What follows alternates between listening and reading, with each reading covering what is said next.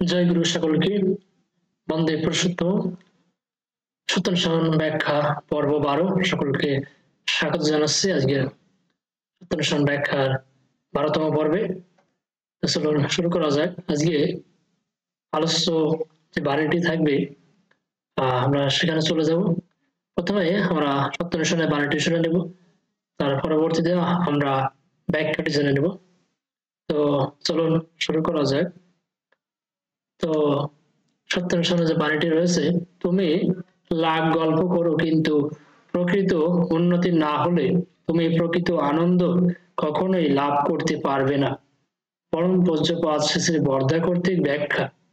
নিত্যানন্দ দা বললেন, আমি বুঝতে পারছি না শ্রী বরদা, বারবার পড়ো।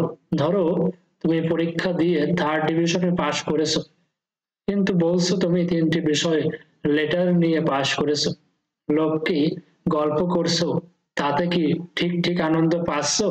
তেমন ঠাকুরের কাছ থেকে তার সেবা পরিচর্যায় কিছুই করনি, অথচ লোকের কাছে গল্প করে বেড়াচ্ছ। আমি কত কি করেছি, জ্যোতি সমাধি আরো কত অনুভূতি পাচ্ছি। কপট আশয়ের মুখের কথার সঙ্গে অন্তরের ভাব বিকশিত হয় না, তাই আনন্দও পায় না। নিত্যানন্দ দা, ভাবের স্ফূর্তি হয় না। শ্রী বরদা, ওই যে করছি মুখে এ কথা, কিন্তু বানায়ে বানায়ে করছি। এ যে 3টা লেটার পেয়ে 1st ডিভিশনে পাশ না করে শুধু মুখে বললে সে ভাব কি আসবে? সেই রকম সাধন ভজনের দিকে না যেয়ে বলছি অমুক দেখেছি, অমুক হয়েছে, এসব না বলে ঠাকুরের গুণগান মন প্রাণ দিয়ে যদি করো, তবে লোক সব শুনতে দাঁড়িয়ে যাবে। কে কি করলো তা দেখার বিষয় নয়, অন্যে কি হলো না হলো তা দেখার জন্য আমি তো সিকিউরিটি ইন্সপেক্টর নই। যখনই বাণী পাঠ করা হয় তখনই ভাবতে হয় আমি আর ঠাকুর, ঠাকুর আমারই জন্য বলেছেন, আমি ভালো তো জগৎ ভালো। যামিনীকান্ত রায় চৌধুরীর দিনলিপি রেফারেন্সটি কোট করা হয়েছে, তারিখ 20/5/71 ইংরেজি। প্রসঙ্গ সত্যানুসরণ পৃষ্ঠা 30-31। চলে যাব পরবর্তী বাণী ব্যাখ্যায়। পরবর্তী বাণীটি হচ্ছে, কপট ব্যক্তি অন্যের নিকট সুখ্যাতির আশায় নিজেকে নিজেই প্রবঞ্চনা করে। অল্প বিশ্বাসের দরুন অন্যের প্রকৃত দান হতেও প্রবঞ্চিত হয়। এই বাণীটি ব্যাখ্যায় চলে যাব। নানা ভাষায় বাণীটি পাঠের পর শ্রী শ্রী পিতৃদেব জিজ্ঞাসা করলেন, কে আলোচনা করবে? গুরু কিঙ্কর দা বললেন, রাধাকৃষ্ণ দা। শ্রী শ্রী পিতৃদেব, বলো রাধাকৃষ্ণ। রাধাকৃষ্ণ দা বাণীটি একবার পাঠ করে বলতে শুরু করলেন, ননীদা বাড়িতে একদিন আমায় নিমন্ত্রণ করলেন, আমি বলেছি কম খাই, তাই ননীদা নানান খাদ্য সামগ্রী দ্বারা আপ্যায়িত করতে চাইলেও কম খেয়ে উঠলাম, পেটও ভরলো না, শেষে দোকানে বসে খেতে হলো, উপাদেয় খাদ্য সামগ্রী থেকে বঞ্চিত হতে হলো। শ্রী পিতৃদেব, তুমি আগে ননীদাকে কম খাই বলেছিলে কেন? নিশ্চয়ই তোমার ধারণা ছিল কম খাওয়া ভালো, কিংবা ননীদা কম খাওয়া পছন্দ করেন, অথচ তোমার আহারের পরিমাণ অনেক বেশি। তুমি কম খাও এই কথাটা বলে ননীদার বাড়িতে নিজের আহার থেকে প্রবঞ্চিত হলে। আবার যেদিন রামনন্দনের বাড়িতে ভোজের দিনে তুমি খুব করে খেলে, সেদিন ননীদা তোমার আসল রূপ দেখলেন। ননীদার দিকে তাকিয়ে শ্রী পিতৃদেব বললেন, কপটতা মানে মুখে একরকম, মনে আর এক রকম। আমি আপনাকে বলছি, আমি ঠাকুরের অনুশাসন সব ঠিক ঠিক পালন করি, পোষা নেশায় মন্ত্র সাধন করি, দুবেলা নিয়মিত প্রার্থনা করি। একবার আপনি আমাকে বাইরে সঙ্গে করে যাজন কার্যে নিয়ে গেলেন, তখন দেখলেন আমার ঘুমই ভাঙ্গে না, প্রার্থনার সময় ডেকে তুলতে হলো। তখন আপনি বুঝলেন নাম ধামের কথা দূরে থাক, সময় মতো প্রার্থনা করি কিনা সন্দেহের, ওসব শুধু আমি কথাই বলেছি। আমি যদি নিজের ত্রুটি স্বীকার করতাম, আমি ওষা নেশায় মন্ত্র সাধন করতে পারি না, এটা যদি স্বীকার করতাম, তাহলে আপনার কিছু মনে হতো না, আর নিজের সম্বন্ধে ভালো ভালো কথা বলে নিজের সুখ্যাতি বিস্তার করা যায়। কিন্তু সত্য কথায় যে মঙ্গল হয় তার মূল্য অনেক অনেক বেশি। যে কপট সে ধরা পড়বে, নিজের কাছে ধরা তো পড়েই, অন্যের কাছেও শীঘ্রই ধরা পড়ে। ঠাকুর বলেছেন, প্রশানেশায় মন্ত্র সাধন, চলাফেরায় জপ, যথাসময় ইষ্ট নির্দেশ, মুহূর্ত করাই তপ। আমি ঠাকুরের দীক্ষা গ্রহণ করেছি, কিন্তু ওষা নেশায় মন্ত্র সাধন করি না। কেন করি না? না, আমার ঠিক মতো বিশ্বাস নেই। আর যখন তার প্রতি অবিশ্বাস, তখন আর আর সবার প্রতি অবিশ্বাস আসে, তখনই কপটতা এসে স্থান নেয়। কপট ব্যক্তির উন্নতির দ্বার রুদ্ধ। তখন সে যে কপট, মনে ভাবে এক, করে আর এক। যার মন মুখ এক, তার পথ পেয়ে যাওয়ার সম্ভাবনা আছে। সাধু সমুদ্রের কাছে সর্বদা সত্য কথা বলতে হয়। তার ফলে যে কি অমূল্য সম্পদ লাভ করতে পারি, সে কথা কে বোঝে? রেফারেন্সটি কোট করা হয়েছে খ্রিস্ট প্রসঙ্গে তারিখ ১/১২/৭৫ ইংরেজি, প্রসঙ্গ সত্যানুসরণ, পৃষ্ঠা ২৯ এবং ৩০। চলে যাব পরবর্তী বাণী ব্যাখ্যাংশ। তো কপট আশার মুখের কথার সঙ্গে অন্তরের ভাব বিকশিত হয় না, তাই আনন্দের কথাতেও মুখে নিরাশতার চিহ্ন দৃষ্ট হয়। কারণ মুখ খুললে কি হয়, হৃদয়ে ভাবে স্ফূর্তি হয় না। এই বাণীটির ব্যাখ্যা অংশে চলে যাব। তো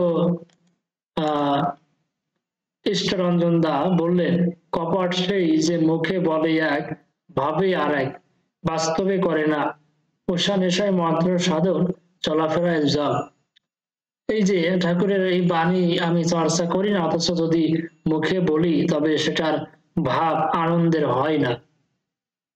বরদা তিনি বললেন, বাস্তবে করে যে তার বলার ভাব মুখে প্রকাশ পায়। রেফারেন্সটি কোট করা হয়েছে যামিনীকান্ত রায় চৌধুরীর দিনলিপি, তারিখ ২/৫/৭৯। প্রসঙ্গ সত্যানুসরণ, পৃষ্ঠা ৩১। চলে যাব পরবর্তী আরেকটি বাড়িতে।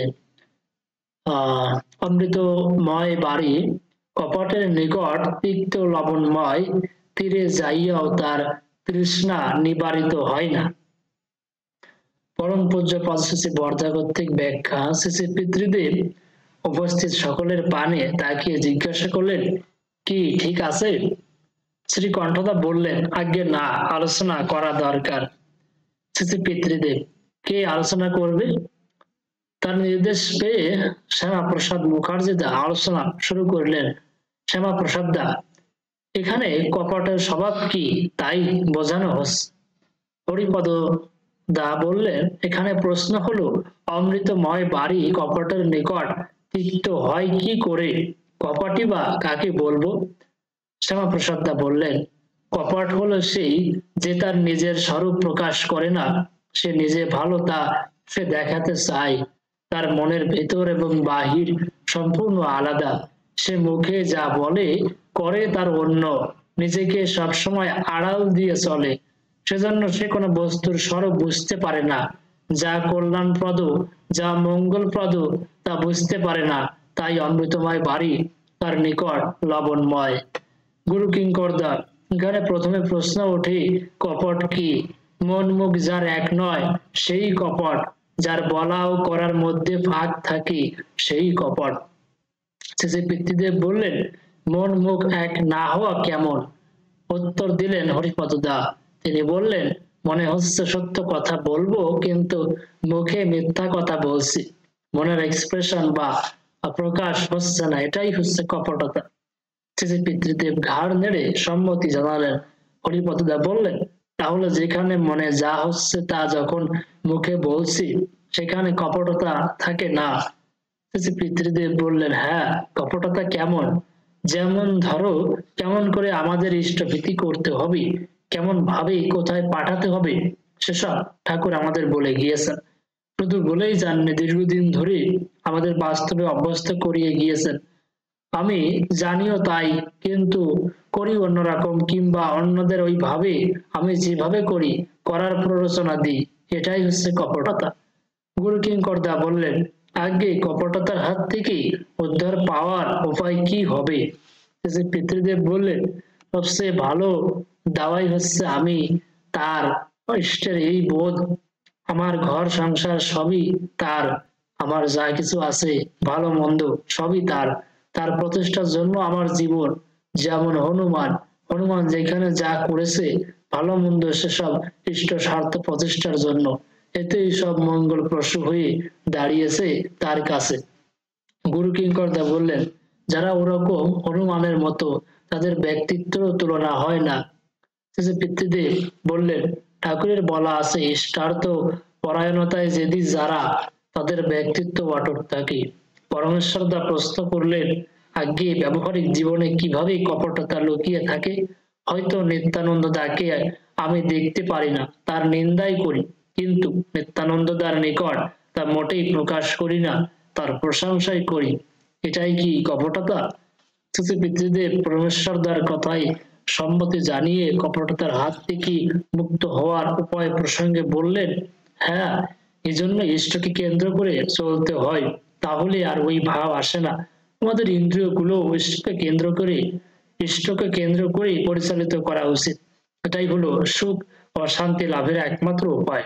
তখন এমনই ঘটে, হয়তো তোমার সাথে আমার মতের অমিল, কিন্তু বিরোধ হচ্ছে না। এতে আহ যখন মানুষ ইষ্টার্থ পরায়ণ হয়, ভালোবাসার স্পন্দা পরিধিও বেড়ে যায়। কেউ হয়তো তোমাকে আর একজন সম্বন্ধে কিছু বললো, তুমি বললে, ধ্যাত, ও অমন মানুষই নয়, এরকম হয়। তখন আর সবাই আপন হয়ে ওঠে, বসুদৈব কুটুম্বকম হয় সহজ ভাবেই। কি অবস্থায় কোনো ক্ষতি ক্ষতি নিজে বলেই মনে হয় না, কিন্তু তাই বলে অন্যের ক্ষতি কেউ করলো অথচ তুমি দেখেও প্রতিবিধান করলে না, তা হয় না। শেষে পিতৃদেব বলে চলেছেন, নিজেকেই আমরা বুঝতে পারি না, নিজের বৃত্তি প্রবৃত্তির টানে চলি সবসময়, ফলে নিজেকেই নিজে বঞ্চনা করি, এটাই কপটতা। আসল কথা হলো ইষ্ট কেন্দ্রিক হওয়া, এটাই রক্ষা কবচ। কপট যে সে যত শিক্ষিতই হোক ধরা পড়বেই। পাড়া প্রতিবেশী বন্ধু বান্ধব পরিবার পরিজনদের কাছে তার স্বরূপ একদিন প্রকাশ পাবে। আর যে প্রকৃতই অকপট, সে কেউই তাকে কপট মনে করলেও তার কিছু এসে যায় না। অকপট ব্যক্তির দ্বারা কখনো কারো অমঙ্গল ঘটে না। যেমন প্রাচীন মুনি ঋষিরা কখনো কারো কৃত কর্মের জন্য অভিশাপ দিতেন, আপাত দৃষ্টিতে তাতে ক্ষতি মনে হলেও অনুসন্ধান করলে দেখা যায় সব ক্ষেত্রেই মঙ্গল সাধনই হয়েছে। অন্ধক মুনি রাজা দশরথকে শাপ দিলেন, তুমি পুত্র শোকে প্রাণ হারাবি। রাজা দশরথ অপুত্রক ছিলেন, শাপে বর হলো। স্বয়ং নারায়ণ দশরথের পুত্র রূপে জন্ম নিলেন। এরকম মনে ঋষিদের অভিশাপে সুফলই ফলে। খ্রিস্ট প্রসঙ্গে রেফারেন্সে কোট করা হয়েছে তারিখ 4/12/75, প্রসঙ্গ 77 পৃষ্ঠা 31-32। চলে যাব পরবর্তী বাণীটিতে। তো ইতিমধ্যে আমাদের সময় 13 মিনিট 20 সেকেন্ড অতিক্রান্ত হয়েছে। তো পরবর্তী যে বাণীটি রয়েছে সেটি হচ্ছে যে, সরল ব্যক্তি ঊর্ধ্ব দৃষ্টি সম্পন্ন চাতকের মতো, কপটি নিম্ন দৃষ্টি সম্পন্ন শকুনের মতো। ছোট হও কিন্তু লক্ষ্য উচ্চ হোক, বড় এবং উচ্চ হয়ে নিম্ন দৃষ্টি সম্পন্ন শকুনের মতো হওয়ায় লাভ কি? যেহেতু আমাদের সময় চলে এসেছে, আমরা শেষ করে দিব এখনই আমাদের যে আজকে আলোচনা। তো যারা দেখেছেন হয়তো ফেসবুক থেকে, তারা 5 মিনিট দেখতে পাবেন, এবং যারা ইউটিউব থেকে দেখছেন তারা 10 মিনিট সহ মোট 15 মিনিট। তো ভালো লাগলে অবশ্যই চ্যানেলটি সাবস্ক্রাইব করে রাখবেন, নতুন ভিডিও সবার আগে পেতে বেল আইকনটি ক্লিক করে রাখবেন। আর যারা ফেসবুক থেকে দেখছেন ঠাকুরের বাণী সৎসঙ্গ, এবং যারা ইনস্টাগ্রাম থেকে দেখছেন ঠাকুরের বাণী সৎসঙ্গ, তারা ফলো করে রাখতে পারেন। সকলে সর্বাঙ্গীন মঙ্গল হোক, সকলে সুস্থ থাকুন, ভালো থাকুন। বন্দে পুরুষোত্তম, বন্দে পুরুষোত্তম, বন্দে পুরুষোত্তম। জয় গুরু। আর প্রত্যেকেই নিয়মিত যাজন ইষ্টভীতি করবেন। যাজন ইষ্টভীতি হচ্ছে আমাদের সেই সুরাতের প্রধান খোরাক। তিনি আরো বলেছেন, যাজন ইষ্টভীতি করলে কাটে মহাভীতি। আলোচনা প্রসঙ্গে তিনি বারবারই বলছেন ঠাকুর অনুকূলচন্দ্র যে আমাদের প্রত্যহ আমাদের যাজন এবং ইষ্টভীতি করতে হবে, আমাদের করার চেষ্টা করতে হবে যথাসময়ে। সকলে ভালো থাকবেন। জয় গুরু।